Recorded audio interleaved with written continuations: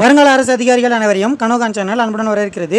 இந்த வீடியோவில் 14 மேல் கணக்கு நூல்கள் மற்றும் 14 கீழ் கணக்கு நூல்கள் இருக்கு இல்லைங்களா, அது எந்தெந்த நூல், அது எந்த வகையை சார்ந்தது, அதாவது அகம் சார்ந்ததா புறம் சார்ந்ததா இல்லை அறம் சார்ந்ததா அப்படின்றத எப்படி ஈஸியாக ஷார்ட்கட்டில் ஞாபகம் வச்சுக்கலாம். அப்படியே அந்த நூல்களை எழுதின நூல் ஆசிரியர் பெயர்களை எப்படி ஈஸியாக ஷார்ட்கட்டில் ஞாபகம் வச்சுக்கலான்னு பார்க்கலாம். இந்த வீடியோ எக்ஸாம் பாயிண்ட் ஆஃப் வியூவில் ரொம்ப இம்பார்ட்டன்டான டாபிக். அதனால் வீடியோவை ஸ்கிப் பண்ணாமல் ஃபுல்லாக பாருங்கள். ஒரே வீடியோலேயே 14 மேல் கணக்கு மற்றும் 14 கீழ் கணக்கு நூல்கள் ரெண்டுத்தையுமே போடுறதுனால கொஞ்சம் லென்த்தாக தான் இருக்கும் வீடியோ. அதனால் வீடியோவை ஸ்கிப் பண்ணாமல் ஃபுல்லாக பாருங்கள். அப்போ தான் இந்த ஓவரால் டாப்பிக்கான ஷார்ட்கட் ஐடியா கிளியராக கிடைக்கும். சரிங்களா? முதல்ல இந்த வீடியோக்குள்ளே போகிறதுக்கு முன்னாடி நீங்கள் எந்த நோட்ஸில் படிக்கிறீங்களோ அந்த நோட்ஸை எடுத்து வச்சுக்கோங்க. வச்சுட்டு ஒரு பென்சில் எடுத்துக்கோங்க. அப்படியே நம்ம சொல்கிற ஷார்ட்கட்டை அதில் எழுதி வச்சுக்கோங்க. சரிங்களா? அது உங்களுக்கு நெக்ஸ்ட் டைம் ரிவிஷன் பண்ணுறதுக்கு ஈஸியாக இருக்கும். முதல்ல 14 மேல் கணக்கு நூல்களில் என்னன்னு சொல்லுவாங்கன்னா சங்க இலக்கிய நூல்கள்னு சொல்லுவாங்க. சரிங்களா? அது ரெண்டாக பிரிச்சிருப்பாங்க. 8 தொகை மற்றும் 10 பாட்டுன்னு ரெண்டாக பிரிச்சிருப்பாங்க. சரிங்களா? 8 தொகையில் அகம் சார்ந்தது 5, புறம் சார்ந்தது 2, அகமா புறமா ரெண்டுத்தையும் சார்ந்தது ஒரு நூல். சரிங்களா? இதில் பார்த்தீங்கன்னா 10 பாட்டில் அகம் சார்ந்தது 3 நூல், புறம் சார்ந்தது 6 நூல், அகம் புறம் ரெண்டுத்தையும் சார்ந்தது ஒரு நூல். சரிங்களா? 8 தொகையில் மொத்தம் 8 நூல், 10 பாட்டில் 10 நூல்களா. இதில் அகமா புறமான்றது 1, இதுலேயும் அகமா புறமான்றது 1. இந்த 8 தொகையில் புறம் 2 இருக்கும், இங்கே அகம் அதோடய 1 எக்ஸ்ட்ரா இருக்கும். ஏன்னா இங்கே 8 நூல் இங்கே 10 நூல் இல்லைங்களா. அப்படியே அதுக்கு ஆப்போசிட் புறம் 2 இருக்குன்னா இங்கே அகம் 3 இருக்கும். சரிங்களா? 1 எக்ஸ்ட்ரா. இங்கே அகம் 5 இருக்குன்னா புறம் அதோடய 1 எக்ஸ்ட்ரா இருக்கும். அதாவது அதோடய 1 எக்ஸ்ட்ரா இருக்கும், அதுக்கு ஆப்போசிட்டில் இருக்கும். சரிங்களா?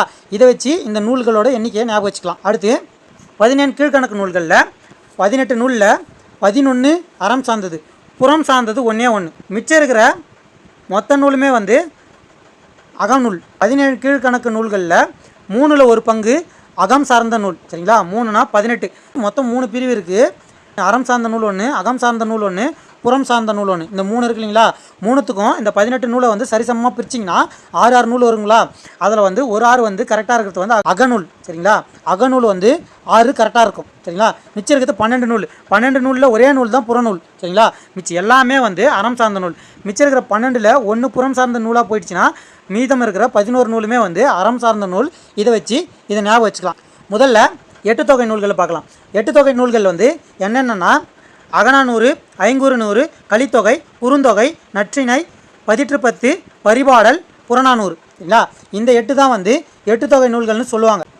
இதில் நூல்கள் எந்தெந்த நூல் அறம் சார்ந்தது, எந்தெந்த நூல் புறம் சார்ந்தது அப்படின்றத எப்படி ஞாபகம் வச்சுக்கலாம்னா, புறம்னா பூ இப்படி வருங்களா, பூன்ற அந்த வரிசையிலே வரது இந்த பூ வருது இல்லைங்களா, பாப்பூ இந்த இதில் வருது இல்லைங்களா, ஸ்டார்டிங் லெட்டரு, அது வர்றது எல்லாமே புறம் சார்ந்த நூல். இந்த பரி பாடல்னு இருக்கு இல்லைங்களா, இதில் பரி பாடல் 2 பா வருது இல்லைங்களா, அது அகம் அல்லது புறம் சார்ந்த நூல். மேலே இருக்கிற மிச்சம் 5மே அகம் சார்ந்த நூல். சரிங்களா? இது எப்படி ஞாபகம் வச்சுக்கலான்னு பாருங்கள். புறம்னா பூன்ற எழுத்தோடு ஆரம்பிக்குதுங்களா, அந்த வரிசையில் வர பா பூ இந்த இதில் வருது இல்லைங்களா, அது வர்றது எல்லாமே புறம் சார்ந்த நூல். இந்த பரிபாடல் மட்டும் பா 2 பா வருது இல்லைங்களா, அதனால் அது அறம் சார்ந்தது அல்லது புறம் சார்ந்த நூல். இந்த ரெண்டுத்தையும் சார்ந்த நூல்ன்றது பரிபாடல் அப்படின்றத ஞாபகம் வச்சுக்கலாம். மிச்சம் இருக்கிற 5 நூலுமே அகம் சார்ந்த நூல். இதை ஞாபகம் வச்சுங்க. அடுத்து தொகுத்தவரையும் தொகுப்பித்தவரையும் எப்படி ஈஸியாக ஷார்ட்கட்டில் ஞாபகம் வச்சலான்னு பாருங்கள். அகநானூறு. சரிங்களா? தொகுத்தவர் உருத்திர சன்மர். இது எப்படி ஞாபகம் வச்சுக்கலாம்னா, அகம் 400ன்னு இருக்கு இல்லைங்களா, அகம்னா நம்மளுக்கோட உள்ளம் தான் உருத்தம். சரிங்களா? அதை வச்சு உருத்திர சன்மர் அப்படின்றத ஞாபகம் வச்சுக்கலாம். அடுத்து தொகுப்பித்தவர் பாண்டியன் உக்கிர பெருவழுதி. இது எப்படி ஞாபகம் வச்சுக்கலாம்னா, அதே மாதிரி அகம் உக்கிரமாக இருக்கும், மனசு உக்கிரமாக இருந்துச்சுன்னா நம்மளுக்கு வெளிப்படையாக தெரிஞ்சிடும் இல்லைங்களா, அதை வச்சு அகநானூறுனா பாண்டியன் உக்கிர பெருவழுதி அப்படின்றத ஞாபகம் வச்சுக்கலாம். அடுத்து ஐங்குறுநூறு. இதோட தொகுத்தவர் கூடலூர் கிழார். தொகுப்பித்தவர் இரும்பொறை. இதை எப்படி ஞாபகம் வச்சுக்கலாம்னா, இப்போது ஐங்குறுநூறுன்னு இருக்கு இல்லைங்களா, அதில் ஐ மட்டும் எடுத்து ஐயான்னு யாரை கூப்பிடுவோம், கிழவர் அதாவது வயசானவங்களை கூப்பிடுவோம். அதை வச்சு தொகுத்தவர் கூடலூர் கிழார் அப்படின்றத ஞாபகம் வச்சுக்கலாம். அதே தொகுப்பித்தவர் இரும்பொறை. இந்த இரும்பொறையை இரும்புன்னு ஞாபகம் வச்சுங்க. அந்த காலத்தில் இருந்த கிழவர்கள் அதாவது வயசானவங்களாம் இரும்பு மனுஷங்க, அதாவது அத்தனை வயசு வரைக்கும் உயிரோடு இருந்திருக்காங்க இல்லைங்களா, தெம்பா, அதை வச்சு இரும்பு மாதிரி இருந்தாங்கன்றத வச்சு இரும்பொறை அப்படின்றத ஞாபகம் வச்சுக்கலாம். அடுத்து கலித்தொகை. கலித்தொகை தொகுத்தவர் நல்லந்துவனார். தொகுப்பித்தவர் யாரும் கிடையாது. இந்த கலித்தொகை தொகுத்தவர் நல்லந்துவனார்னு எப்படி ஞாபகம் வச்சுக்கலாம்னா, களின்னு இருக்கு இல்லைங்களா, களி நம்ம உடம்புக்கு நல்லது சாப்பிட்டா, அதை வச்சு நல்லந்துவனார்ன்றத ஞாபகம் வச்சுக்கலாம். அடுத்து குறுந்தொகை. குறுந்தொகைக்கு பூரிக்கோ. இது எப்படி ஞாபகம் வச்சுக்கலாம்னா, இந்த பூரி இருக்கு இல்லைங்களா, பூரி எடுத்துக்கங்க. பூரி வந்து சின்னதாக தான் இருக்கும் சரிங்களா. அதாவது நம்ம மாவில் தேய்ச்சினா சின்னதாக தான் இருக்கும். அதை வந்து எண்ணெயில் விட்டோன்னா அது வந்து தோகையை விரித்து பெருசான மாதிரி இருக்கு இல்லைங்களா, அதை வச்சு தோகைனா வச்சுக்கலாம். குருனா சின்னதாக இருக்கும், தோகைனா பெருசாகிடும். எப்படி எதுனா பூரி வந்து மாவாக இருக்கும்போது சின்னதாக இருக்கும், நம்ம எண்ணெயில் போட்டோம்னா அது பெருசாகிடுன்றதை வச்சு குறுந்தொகை வந்து தொகுத்தவர் வந்து பூரிக்கோ அப்படின்றத ஞாபகம் வச்சுக்கலாம் சரிங்களா. அடுத்து நற்றிணை. நற்றிணை வந்து தொகுத்தவர் யாரும் கிடையாது, தொகுப்பித்தவர் வந்து பாண்டியன் மாறன் வழுதி. இதை எப்படி ஞாபகம் வச்சுக்கலாம்னா, இந்த நற்றிணைன்னு இருக்கு இல்லையா, நற்றிணை வந்து மாறன் அப்படின்றத ஞாபகம் வச்சுக்கலாம். எப்படின்னா நற்றிணைன்றத நன்றி அப்படின்னு ஞாபகம் வச்சுக்கணும், நன்றி மாறாமல் இருக்கணும் இல்லைங்களா, அதை வச்சு நற்றிணையை தொகுப்பித்தவர் வந்து பாண்டியன் மாறன் வழுதி அப்படின்றத ஞாபகம் வச்சுக்கலாம். மிச்ச நூலுக்கு தொகுத்தவரும் கிடையாது தொகுப்பித்தவரும் கிடையாது, அதனால் அது பிரச்சனை கிடையாது. அடுத்து இந்த பாடல் அடிகள் வந்து ரேராக கேட்குறாங்க சரிங்களா, இதில் ரிப்பீட்டடாக கேட்குறதில்ல.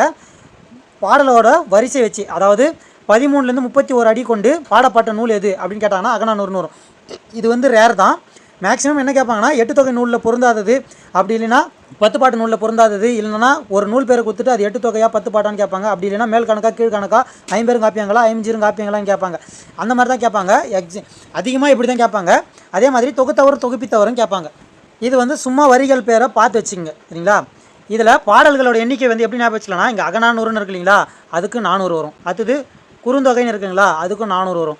நற்றிணை இருக்கு இல்லைங்களா, அதுக்கும் 400 வரும். இந்த புறநானூறுன்னு இருக்கு இல்லைங்களா, இதுக்கும் 400 வரும். 400 வரும்.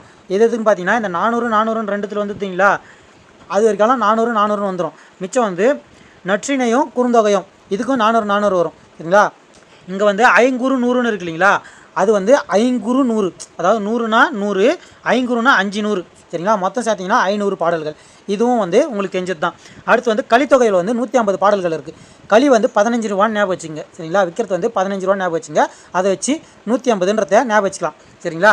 அடுத்து வந்து 10 அது வந்து 80 பாடல்கள். இது எப்படி ஞாபகம் வச்சுக்கலாம்னா, 80 அப்படின்னு இருக்கு இல்லைங்களா, பல்லு பதிகிற மாரி கடிச்சிட்டான்னு சொல்லுவாங்க இல்லைங்களா, அது வந்து எட்டி கடிச்சிட்டான் அப்படின்ற மாதிரி ஞாபகம் வச்சுங்க. அதை வச்சு 10 அந்த பல்லு பதிஞ்சிச்சுன்றதை வச்சு இந்த 80ன்றத ஞாபகம் வச்சுக்கலாம். மிச்சம் இருக்கிறது பரிபாடல் தான், அது வந்து 70 பாடல்கள். இருக்கிறதுலே வந்து கம்மியான பாடல்கள் எதுன்னு பார்த்தீங்கன்னா இந்த பரிபாடல் தான். பரிதாபமான நிலையில் இருக்கிறது வந்து கம்மியாக இருக்கிறது வந்து 8 தொகை நூல்களில் பரிபாடல். இதே வந்து அதிகமாக இருக்கிறதுன்னு பார்த்தீங்கன்னா ஐங்குறு 100 500 பாடல்கள்.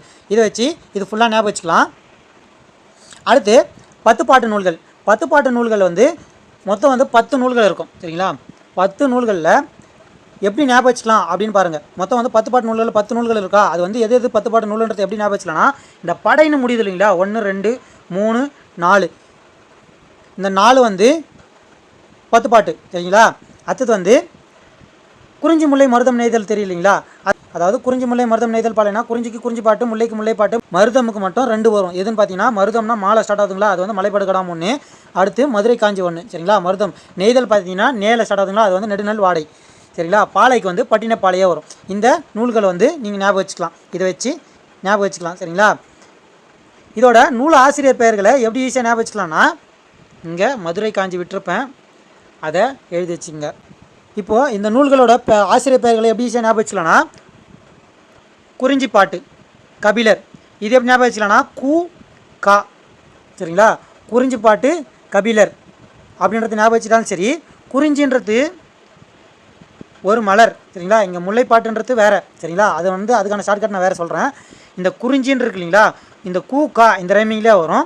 இந்த குறிஞ்சின்றது ஒரு மலர், அது ஃப்ளவர் அப்படின்றத ஞாபகம் வச்சுக்கிட்டு ஃப்ளவர்ன்றத பிளர் அப்படின்றத வச்சு கபிலர் அப்படின்றத ஞாபகம் வச்சுக்கலாம் சரிங்களா. அடுத்து முல்லைப்பாட்டு. முல்லைப்பாட்டு வந்து ஆசிரியர் யாருன்னு பார்த்தீங்கன்னா நப்பூதனார். இது எப்படி ஞாபகம் வச்சுக்கலாம்னா, முல்லைனா வந்து முல்லைப்பூ அப்படின்றது ஞாபகம் இருக்கு இல்லைங்களா எல்லாருக்குமே, அது வந்து ஒரு பூவோட பேர். அந்த பூ வந்து ஆசிரியர் பேருக்கு இடையில் வரும். அதை வச்சு முல்லைப்பாட்டுக்கு வந்து ஆசிரியர் வந்து நப்பூதனார் அப்படின்றத ஞாபகம் வச்சுக்கலாம். அடுத்து பட்டினப்பாலை உருத்திரங்கண்ணனார். இது எப்படி ஞாபகம் வச்சுக்கலாம்னா, பாலையில் நம்மளுக்கு வந்து காற்று அடிச்சிக்கிட்டே இருக்கு இல்லைங்களா, அந்த மணல் வந்து கண்ணில் படும். அந்த மணல் வந்து கண்ணில் பட்டுச்சுன்னா கண் உறுத்திக்கிட்டே இருக்கும். அதை வச்சு உருத்திரங்கண்ணனார் அப்படின்றத ஞாபகம் வச்சுக்கலாம். அடுத்து ஆற்றுப்படை நூல்களை பார்க்கலாம் சரிங்களா. திருமுருக ஆற்றுப்படை. திருமுருக ஆற்றுப்படை ஆசிரியர் யாருன்னு பார்த்தீங்கன்னா நக்கீரர். இது எப்படி ஞாபகம் வச்சுக்கலாம்னா, முருகர்ன்றதை வச்சுக்கோங்க. முருகரோட கோயிலில் பிரசாதம் வந்து ஃபேமஸானது வந்து பஞ்சாமிர்தம். அதை வந்து நம்ம நக்கி தான் சாப்பிடுவோம். அதை வச்சு நம்ம திருமுருகாற்றுப்படையின் ஆசிரியர் பேர் வந்து நக்கீரர் அப்படின்றத ஞாபகம் வச்சுக்கலாம். அடுத்து பொருணர் ஆற்றுப்படை. இதுக்கான ஆசிரியர் பேர் என்னென்னா முடத்தாம கன்னியார். இது எப்படி ஞாபகம் வச்சுக்கலாம்னா, இங்கே பொருநார் ஆற்றுப்படைன்னு இருக்குங்களா, பொருநார்னா பொறுமை அப்படின்னு வச்சுங்க. இங்கே ஆமைன்னு இருக்குல்லைங்களா, ஆமை வந்து பொறுமையாக தான் போவோம் அப்படின்றத வச்சு பொருநார் ஆற்றுப்படைன்ற நூலுக்கு ஆசிரியர் வந்து முடத்தாம கன்னியார் அப்படின்றத ஞாபகம் வச்சுக்கலாம். அடுத்து பெரும்பான ஆற்றுப்படை, அதுக்கு ஆசிரியர் பேர் வந்து கடியலூர் உருத்திரங்கண்ணனார். இதே ஞாபகம் வச்சுக்கலன்னா, பானை வந்து ஒன்று பெருசாக இருந்துச்சுன்னா அதை பார்த்தா நம்மளுக்கு வந்து கண்ணு உறுத்திக்கிட்டே இருக்கும். ஒருத்த வந்து பெருசாக வந்துட்டானாவே அவனை பார்த்தா நம்மளுக்கு வந்து கண்ணு உறுத்திக்கிட்டே இருக்கும். அதை வச்சு பெருமானாற்றுப்படை நூலின் ஆசிரியர் வந்து கடியலூர் உருத்திரங்கண்ணனார் அப்படின்றத ஞாபகம் வச்சுக்கலாம். அடுத்து சிறுபானாற்றுப்படை நூலின் ஆசிரியர் யாருன்னு பார்த்தீங்கன்னா நல்லூர் நத்தாத்தனார். இதே ஞாபகம் வச்சுக்கலாம்னா, சிறுபான ஆற்றுப்படைனா சிறுபானை ஞாபகம் வச்சுங்க, சின்ன பானை மாதிரி ஞாபகம் வச்சுங்க. இங்கே நத்தாத்தனார், நத்தைக்கு வந்து ஓடு இருக்கு இல்லைங்களா, அது வந்து சின்ன பானை மாரி நினச்சிங்க. அதை கம்பேர் பண்ணி சிறுபான ஆற்றுப்படை நூலின் ஆசிரியர் வந்து நல்லூர் நத்தாத்தனார் அப்படின்றத ஞாபகம் வச்சுக்கலாம். அடுத்து மலைபடுகடாம், அதை வந்து கூத்தர் ஆற்றுப்படைன்னு சொல்லுவாங்க. சரிங்களா, மலைபடுகடாமோட இன்னொரு பேர் வந்து கூத்தர் ஆற்றுப்படை. இதையுமே எக்ஸாமில் கேட்டிருக்காங்க, அதை வந்து சைடில் எழுதி வச்சுக்கோங்க.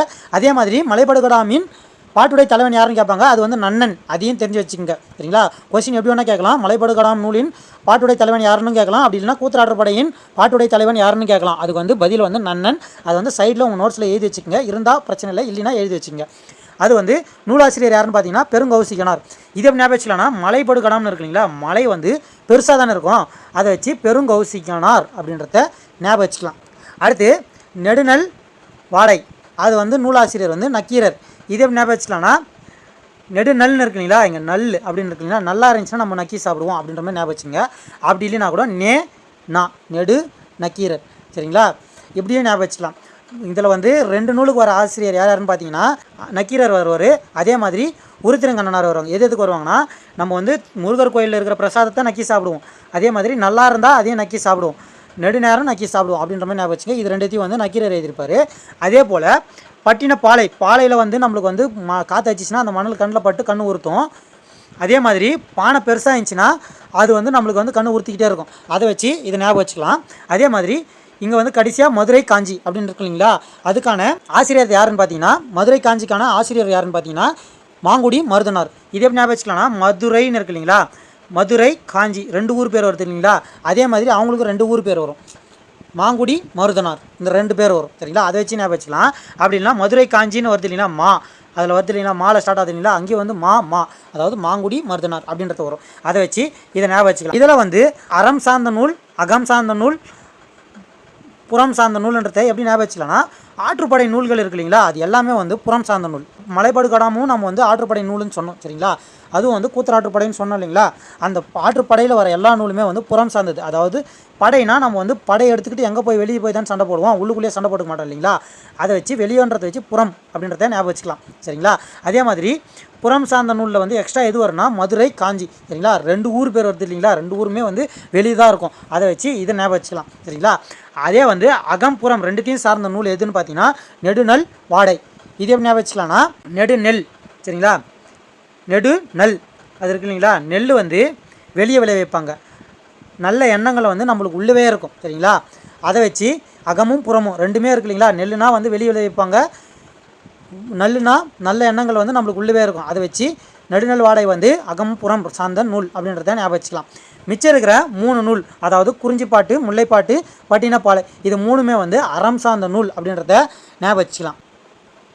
அடுத்து 14 கீழ்கணக்கு நூல்கள், அது வந்து அறம் சார்ந்த நூல், அதாவது நீதி நூல்கள், அகம் சார்ந்த நூல், புறம் சார்ந்த நூல்னு இருக்குது.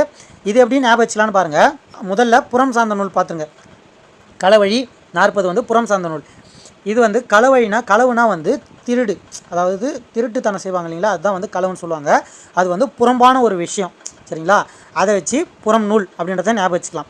அதே வந்து அகம் சார்ந்த நூல்னா எது வரும்னா கார் 40, ஐந்திணை 50, ஐந்திணை 70, திணைமொழி 50, அதே மாதிரி திணைமாலை 150, கைநிலை இந்நிலை, அதாவது கைநிலை அல்லது இந்நிலை, இதெல்லாம் வந்து அகம் சார்ந்த நூல். சரிங்களா, இதே ஞாபகம் வச்சுக்கலாம்னா இதில் பாருங்கள் 50 50ன்னு வருது இல்லைங்களா, அதெல்லாம் வந்து அகம் சார்ந்த நூல். 50 அகம் இந்த ரைமிங்கில் வருது இல்லைங்களா, அது வந்து அகம் சார்ந்த நூல். இங்கே பாருங்கள் 150ன்னு வருது இல்லைங்களா, அதுலேயும் 50 வருது, அப்போ அதுவும் அகம் சார்ந்த நூல். சரிங்களா, அதே மாதிரி ஐன்னு வருது இல்லைங்களா, ஐ அகம், அதாவது ஐனா கண்ணு வந்து உள்ளதாக இருக்கும், அதுக்கு மேலே வந்து ரெப்பை மூடிட்டுருக்கு இல்லைங்களா, அதை வச்சு அது அகம் சார்ந்த நூல் அப்படின்றத ஞாபகம் வச்சுக்கலாம். சரிங்களா, கார் வந்து வெளியே இருக்குன்றதுனால புறம் சார்ந்த நூல்ன்றதை எழுதிடக்கூடாது.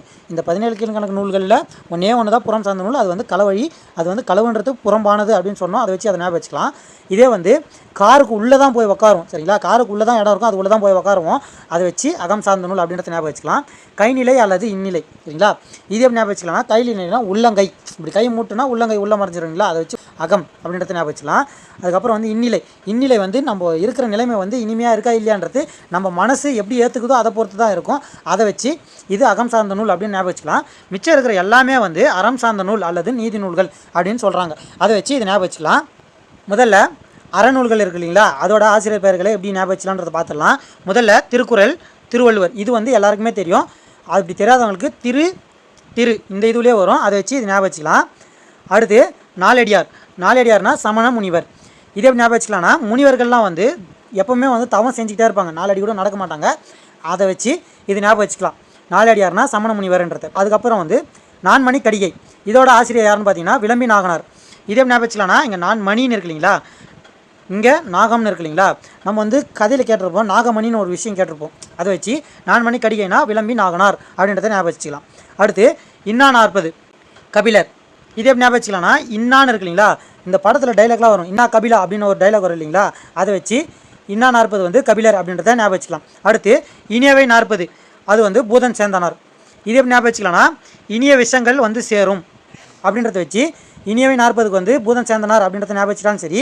அப்படின்னா பூதம், அதாவது நம்மளுக்கு வந்து விளக்கெல்லாம் தேய்ச்சா பூதம் வரும் இல்லைங்களா, அது நம்ம கேட்குற இனிமையான விஷயங்கள்லாம் வந்து அது வந்து செஞ்சு கொடுக்கும் இல்லைங்களா, அதை வச்சு இனியவை 40னா பூதன் சேந்தனார் அப்படின்றத ஞாபகம் வச்சுக்கலாம்.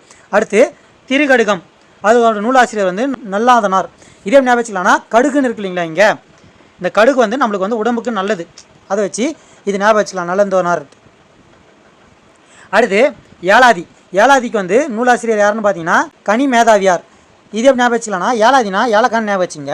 ஏலக்காவோட ரேட்டு வந்து ரொம்ப அதிகம் இல்லைங்களா, அதோட அதிகமாக இருக்கிறதுனால அது கணக்கு போகிறதுக்கு கணித மேதாவி தான் வரணுன்றதை வச்சு ஏலாதியோட நூலாசிரியர் வந்து கனி மேதாவியார் அப்படின்றத ஞாபகம் வச்சுக்கலாம். அடுத்து சிறு பஞ்ச மூலம்னா நூலாசிரியர் காரியாசன். இதே ஞாபகம் வச்சுக்கலாம்னா பஞ்சம் வந்து எதனால் ஏற்படும்னா காரி, அதாவது மழை சரியாக பெய்யலனா பஞ்சம் வந்து ஏற்படும். அதை வச்சு சிறு பஞ்ச மூலத்தின் ஆசிரியர் வந்து காரியாசன்றதை ஞாபகம் வச்சுக்கலாம். அதே மாதிரி பழமொழி 400, இதோட நூலாசிரியர் யாருன்னு பார்த்தீங்கன்னா 3 அரையனார்.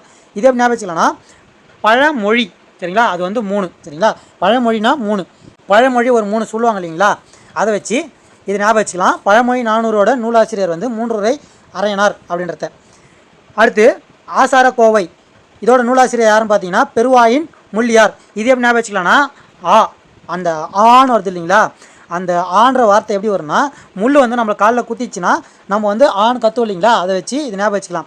அப்படி இல்லைன்னா ஆன்றது எப்படி சொல்லுவோம்னா வாயை வந்து பெருசாக வச்சு, அதான் பெருசாக வச்சு ஆண் கற்றுவோம் இல்லைங்களா, அதை வச்சியும் இது ஞாபகம் வச்சுக்கலாம். இதை வச்சு ஆசார கோவை நூலின் ஆசிரியர் வந்து பெருவாயில் முள்ளியார் அப்படின்றத ஞாபகம் வச்சுக்கலாம். அடுத்து முதுமொழி காஞ்சி, இதோட நூலாசிரியர் யாருன்னு பார்த்தீங்கன்னா கூடலூர் கிழார். இதே ஞாபகம் வச்சுக்கலாம்னா முதுமொழி, அதாவது முதுமையானவர் யாருன்னு சொல்லுவோம்னா கிழவர்கள் அப்படின்றத ஞாபகம் வச்சுக்கலாம். அதை வச்சு முதுமொழி காஞ்சி நூலாசிரியர் வந்து கூடலூர் கிழார்ன்றதை ஞாபகம் வச்சுட்டாலும் சரி. அப்படின்னா காஞ்சின்னு இருக்கு இல்லைங்களா, இங்கே வந்து கூடலூர், ரெண்டுமே வந்து ஊர் பேர் வச்சு வரும். இதை வச்சு ஞாபகம் வச்சுக்கலாம், உங்களுக்கு எப்படி ஈஸியாக இருக்கோ அப்படி ஞாபகம் வச்சுங்க. அடுத்து அகநூல்களோட நூலாசிரியர்களை எப்படி ஞாபகம் வச்சுக்கலான்னு பாருங்கள். கார் 40 கண்ணன் கூத்தனார். இதே ஞாபகம் வச்சுக்கலாம்னா கார் இருக்கு இல்லைங்களா, கார் இருந்துச்சுன்னா நம்ம வந்து கண்டமேனிக்கு எடுத்து ஊரை சுற்றி கூத்தடிப்போம் இல்லைங்களா, அதை வச்சு கூத்தனார்ன்றதை ஞாபகம் வச்சுக்கிட்டு கார் 40 நூலின் ஆசிரியர் வந்து கண்ணன் கூத்தனார் அப்படின்றத ஞாபகம் வச்சுக்கலாம். அடுத்து 5 50 அதோட நூலாசிரியர் வந்து மாறன் புறையனார். இதே ஞாபகம் வச்சுக்கலாம்னா ஐன்னு 2 வாட்டி வருது இல்லைங்களா, ஐனா கண், சரிங்களா, கண்ணில் தான் வந்து புற வளரும். அதை வச்சு 5 50 நூலின் ஆசிரியர் வந்து மாறன் புறையனார் அப்படின்றத ஞாபகம் வச்சுக்கலாம். அடுத்து 5 70 அதோட நூலாசிரியர் வந்து மூவாதியார். இதே ஞாபகம் வச்சுக்கலாம்னா 70 வயசு ஆயிடுச்சுன்னா அவங்கள வந்து மூதாட்டின்னு சொல்லுவோம் இல்லைங்களா, முதியவர் அப்படின்னு சொல்லுவோம் இல்லைங்களா, அதை வச்சு 5 70 வந்து மூவாதியார் அப்படின்றத ஞாபகம் வச்சுக்கலாம். அடுத்து திணைமொழி 50 இதோட நூலாசிரியர் வந்து கண்ணன் சேந்தனார். இதே ஞாபகம் வச்சுக்கலாம்னா கண்ணன் வந்து மொழியை வந்து சேர்த்தாரு, அதாவது மொழியால் சேர்த்தாரு, மொழியால் பேசி மக்களை சேர்த்தாருன்றது மாதிரி ஞாபகம் வச்சுக்கிட்டு திணைமொழி 50 அதோட நூலாசிரியர் வந்து கண்ணன் சேந்தனார் அப்படின்றத ஞாபகம் வச்சுக்கலாம். அடுத்து திணைமாலை 150 இதோட நூலாசிரியர் யாருன்னு பார்த்தீங்கன்னா கனி மேதாவியார். இது எப்படி ஞாபகம் வச்சுக்கலாம்னா 150ன்றது வந்து ஒரு பெரிய நம்பர், இருக்கத்திலே வந்து 2 தான் பெரிய நம்பர். எதுன்னு பார்த்தீங்கன்னா ஏலக்காவோட விலை அதிகம், அதுக்கு கனி மேதாவியார் வருவார். அதுக்கு அடுத்ததுன்னு பார்த்தீங்கன்னா 150 தான் இதிலே இருக்கத்திலே பெரிய நம்பர். அதை வச்சு இது ரெண்டுத்துக்கும் வந்து கனி மேதாவியார் வந்தால் தான் இதை சால்வ் பண்ண முடியுன்றது மாதிரி ஞாபகம் வச்சுக்கிட்டு இது ரெண்டுத்துக்கும் கனி மேதாவியார் வருவார்ன்றதை ஞாபகம் வச்சுக்கலாம். அடுத்து கைநிலை அல்லது இந்நிலை புல்லங்காடனார். இதே எப்படி ஞாபகம் வச்சுக்கலாம்னா, கை அப்படின்னு இருக்கு இல்லைங்களா, கையில் தான் வந்து புல்லாங்குழல் வச்சு வாசிப்பாங்க. அது வாசித்தா இன்னிசை வரும் அப்படின்ற மாதிரி ஞாபகம் வச்சுக்கிட்டு அதை வச்சு கைநிலை அல்லது இந்நிலை நூலாசிரியர் வந்து புல்லங்காடனார் அப்படின்றத ஞாபகம் வச்சுக்கலாம். அடுத்து புறநூலில் இருக்கிற ஒரே நூல் வந்து களவழி 40.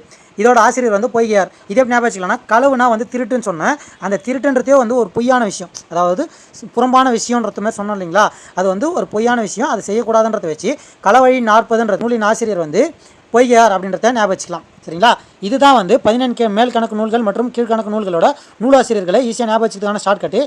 இதிலிருந்து ஒரு சில கேள்விகள் கேட்குறேன், அதுக்கான பதிலை வந்து கமெண்ட்டில் ஆன்சர் பண்ணுங்கள். முதல் கேள்வி, திருமுருகாற்றுப்படை நூலின் ஆசிரியர் யார்? இது முதல் கேள்வி. இரண்டாவது கேள்வி, சிறுபான் ஆற்றுப்படை நூலின் ஆசிரியர் யார்?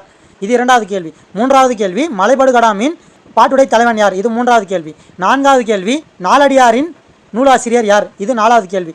ஐந்தாவது கேள்வி, ஐந்தினை எழுபதின் நூலாசிரியர் யார்? அடுத்து ஆறாவது கேள்வி, கார் 40 நூலாசிரியர் யார்? இந்த 6 கேள்விக்கான பதிலை கமெண்ட்டில் ஆன்சர் பண்ணுங்கள். அதே போல் இந்த 14 மேல் கணக்கு நூல்கள் மற்றும் கீழ்கணக்கு நூல்களோட முக்கியமான சில குறிப்புகள் இருக்கு இல்லைங்களா, அதை வந்து எடுத்து அடுத்த வீடியோவாக போடலான்னு இருக்கும். அதுக்கான உங்களோட அபிப்பிராயம் என்னன்றதை கமெண்ட்டில் சொல்லுங்கள். போடலாமா வேணாமான்றதை கமெண்ட்டில் சொல்லுங்கள். இதுதான் வந்து 14 மேல் கணக்கு நூல்கள் மற்றும் கீழ்கணக்கு நூல்களோட நூலாசிரியர்களை எப்படி ஈஸியாக ஷார்ட்கட்டில் ஞாபகம் வச்சுக்கிறதுக்கான ஷார்ட்கட் வீடியோ. இந்த வீடியோ உங்களுக்கு பிடிச்சிருந்தா வீடியோ லைக் பண்ணிக்கங்க, உங்கள் ஃப்ரெண்ட்ஸுக்கு ஷேர் பண்ணி விடுங்க. மறக்காம நம்ம சேனலை சப்போர்ட் பண்ணுங்கள். இது போன்ற எக்ஸாமுக்கு தேவையான முக்கியமான டாப்பிக்கள் மற்றும் ஷார்ட்கட்டுகளுக்கு நம்ம சேனலை சப்ஸ்கிரைப் பண்ணுங்கள். அதே மாதிரி முக்கியமான நோட்ஸ் பிடிஎஃப்லாம் இருக்குது இல்லைங்களா, அது வந்து நம்ம டெலகிராம் குரூப்பில் வந்து ஷேர் பண்ணுவோம். அதே மாதிரி வீடியோ அப்லோட் பண்ணிட்டோன்னா அதோட லிங்க்கை வந்து ஃபஸ்ட்டு நம்ம வந்து டெலகிராம் குரூப்பில் தான் நம்ம வந்து ஷேர் பண்ணுவோம். அதுக்கு உடனுக்குடியே வீடியோ பார்க்குறதுக்கு மற்றும் முக்கியமான நோட்ஸ்களுக்கு நம்மளோட டெலகிராம் சேனலில் ஃபாலோ பண்ணிங்க. டெலகிராம் சேனலோட லிங்க் வந்து டிஸ்கிரிப்ஷனில் தரேன். ஃபாலோ பண்ணாதவங்க ஃபாலோ பண்ணிக்கோங்க. இந்த வீடியோ பார்த்தீங்கன்னா நிறைய குறைகள் எதனா இருந்துச்சுன்னா அதையும் கமெண்ட்டில் சொல்லுங்கள். மீண்டும் அடுத்த ஷார்ட்கட் வீடியோவில் சந்திப்போம். இப்படிக்கு கனவு காஞ்சிவா. நன்றி, வணக்கம்.